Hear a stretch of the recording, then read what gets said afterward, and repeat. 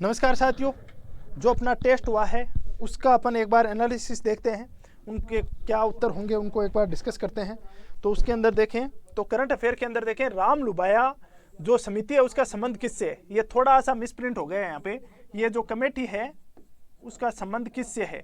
तो अपन ने पढ़ा था करंट अफेयर की क्लास में कि जो नए जिलों का निर्माण किया जा रहा है उसके लिए राम लुबाया कमेटी है, उसका निर्माण किया गया है। लंपी रोग के निवारण हेतु नहीं है, पंचायत सुधार नहीं है, कृषि सुधार, नए जिलों के निर्माण से संबंधित है ये, ठीक है।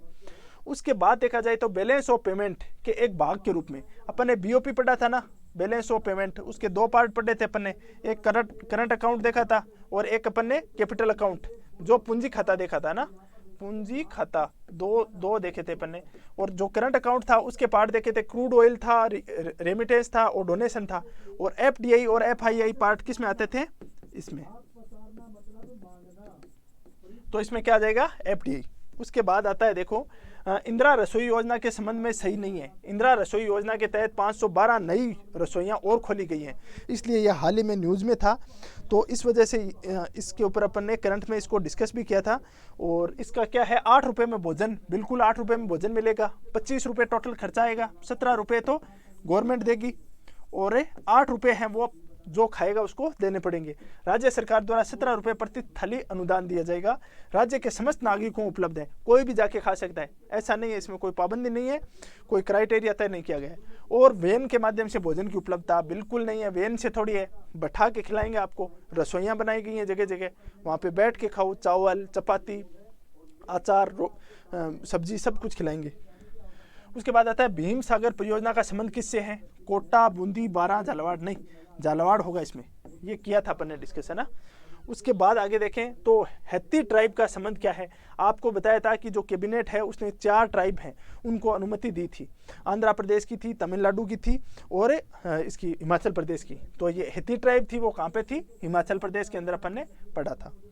उसके बाद आता है निम्न में से किस एक समूह में चारों देश G20 के सदस्य हैं। G20 अपन ने काफी बार पढ़ा था, ट्राइको क्या होता है। 2023 सितंबर 2023 में इंडिया है वो इसको होस्ट करेगा, G20 का सम्मेलन है उसको। और उसमें शामिल देश हैं वो कौन कौन से हैं, अर्जेंटीना, मेक्सिको, दक्षिण अफ्रीका और तुर्की देश इसमें शामिल होंगे। उसके बाद आता है भारत में चित्तों का स्थापन किस देश से किया जा रहा है। आजकल चित्तों के ऊपर काफी रिसर्च चल रही है, चारों तरफ मीडिया में देखो, मीडिया में तो चित्तों वाली वो ड्रेस पहन कर वो उसकी एंकरिंग कर रहे हैं। तो ये तो पता होना चाहिए, अपन ने 2-3 बार डिस्कस कर लिया। नामीबिया से लेके आ रहे हैं, जो नामीब डेजर्ट है वहाँ पे ये पाए जाते हैं। और 8 चित्ते लेके आए मोदी जी के जन्मदिन पे, अब इसको मत भूल जाना कभी भी। तो ये कहाँ से लेके आए, नामीबिया के। कहाँ पे स्थापित किया जा रहा है, कुन्नो नेशनल अभ्यारण्य, कुन्नो राष्ट्रीय अभ्यारण्य के अंदर। और ये कहाँ पे है, ये है एमपी में, ये एमपी में, ध्यान रख लेना, ठीक है। उसके बाद आगे देखें तो परिसीमन डिलिमिटेशन का उल्लेख किस अनुच्छेद में किया गया है। जो परिसीमन आयोग है उसका गठन किया जाता है आर्टिकल 82 के तहत, ठीक है। और अब तक 4 परिसीमन आयोग है उनका गठन हो चुका है, ठीक है। सबसे पहले 1952 में पहले परिसीमन आयोग का गठन किया गया था। आर्टिकल 82 में बोला हुआ है कि प्रत्येक जनगणना के पश्चात परिसीमन आयोग का गठन किया जाएगा, जिसके तहत लोकसभा और राज्य विधानसभा सीटें हैं उनका सीमांकन किया जाएगा। तो आर्टिकल 82 हो जाएगा इसमें, ठीक है। Thank you very much.